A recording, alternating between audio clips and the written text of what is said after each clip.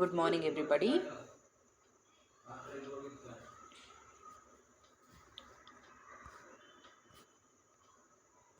Let us study about the adaptations in xerophytes. A xerophyte means a plant which is able to survive in an environment with very little available water or scarcity of water. Zero meaning dry, phyton meaning plant. So, usually in environments where potential evapotranspiration exceeds precipitation, that is, precipitation is rainfall. So, evaporation and transpiration, if it is more than the amount of rainfall what falls, so in such areas, the plants which grow are called as xerophytes. Coming to the types of xerophytes. These are the types of xerophytes. The three types are drought escaping or drought evader plants. They are called as ephemerals or short living ones. Drought resistant plants, which are also called as non-succulents. Drought enduring plants or the succulents. Drought escaping or drought evader plants or ephemerals are annuals, that is, they complete their life cycles within a very short period of time, that is 6 to 8 weeks or so. Examples are Cassia tora, Argemone mexicana, etc.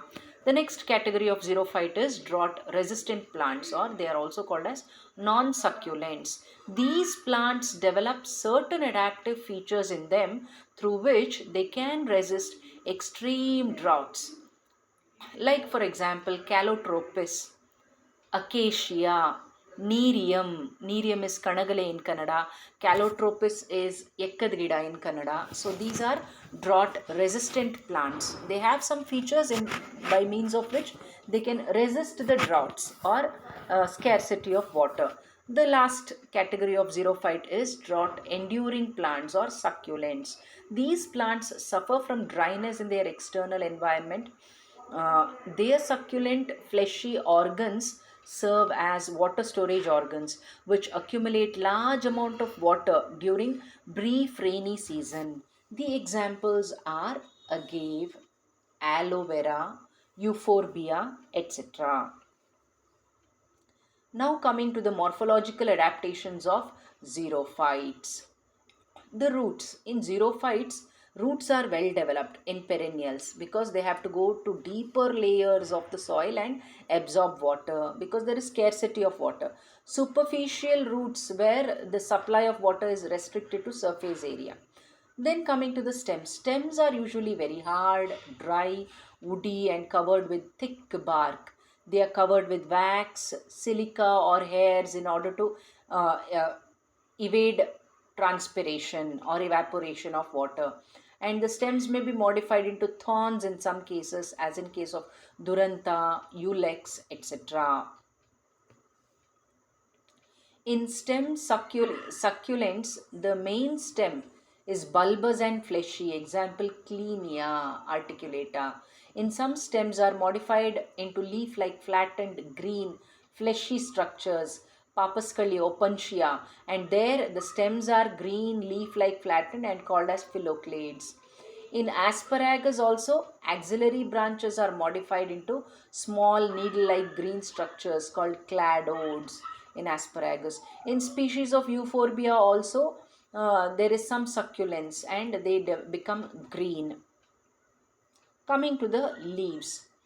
Leaves are greatly reduced and they are caducous, means they fall off early, because if leaves are wide and broad and if they are persistent, there are chances of evaporation of water by means of transpiration. So to avoid transpiration, usually these xerophytes will have very reduced leaves or spinescent leaves, and that too they also fall off very early. Leaves are generally reduced to scales, needles, spines. Example, Opuntia, Euphorbia, Pinus, etc. In leaf succulents, the leaves swell and become fleshy, bryophyllum, aloe, etc. Leaves are provided with thick cuticle, upper covering, waxy substance, and dense coating of wax or silica, like in Nerium and Equisetum. In acacia, plant acacia, the petiole swells and becomes flattened, taking the shape of leaf. This modified petiole is termed as phyllodes.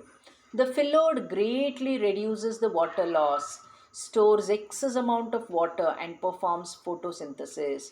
In some plants there is trichophily, that is the undersurface of leaves are covered with thick hairs, trichos, hairs. So the lower surface of leaf, ventral surface of leaves are covered with thick hair. Why? To evade transpiration, to escape transpiration. And in some grasses there is rolling of leaves, that also to reduce the surface of transpiration. Leaf surfaces are generally shiny and glazed. This is also adaptation to evade transpiration, to escape transpiration.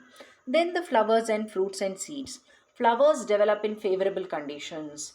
The fruits and seeds are protected by hard shells or coatings. So these are some of the morphological adaptations. Next, coming to the anatomical adaptations in xerophytes. The epidermal depositions. So there are some depositions, that is cutin, a waxy substance, is heavily deposited, heavy cutinization. Lignin is there, lignification, and wax deposition is there on the surface. All this is to cover the transpiration surface. In stems, the wax, tannin, resin, cellulose, etc. deposited on the surface of the epidermis. Some plants secrete wax. Shining smooth surface of cuticle of leaves or stems reflect the rays of light. Then the modifications in epidermis. Cells are small and compact, single or many layered. In some grasses, rolling of leaves because of some specialized cells, epidermal cells called bulliform cells or motor cells, because of which the leaves roll inwards so that they become thin and long, not wide. And hairs, there are hairs. Hairs may be simple or compound, single or many celled, uni or multicellular. And then the hairs protect the stomata and prevent excessive water loss. Then the stomata are generally of sunken type, found sunken inside in the furrows or pits.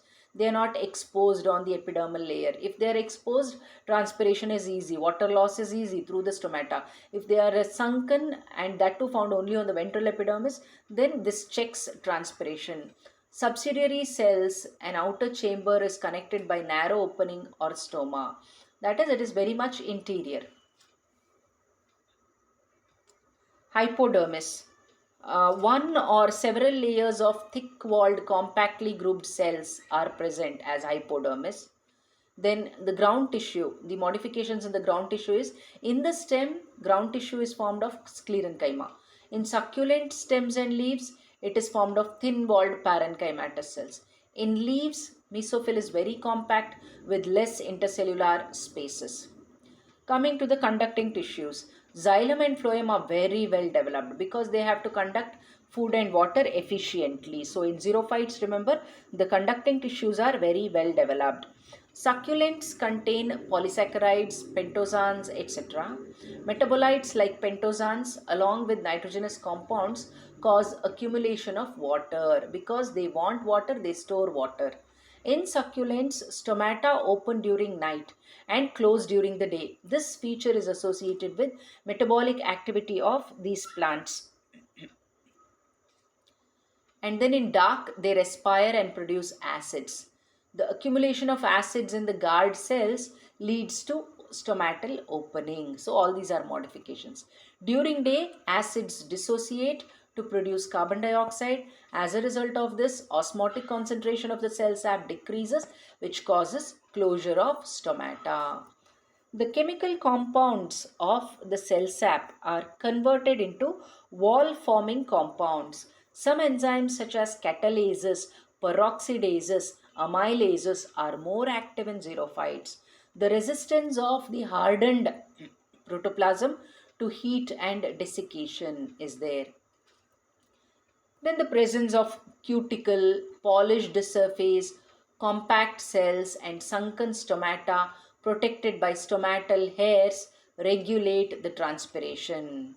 And lastly, the xerophytes have very high osmotic pressure, which increases the turgidity. So all these are a few adaptations of xerophytes, morphological and anatomical adaptations of xerophytes to live in the inhospitable conditions of water scarcity. Thank you.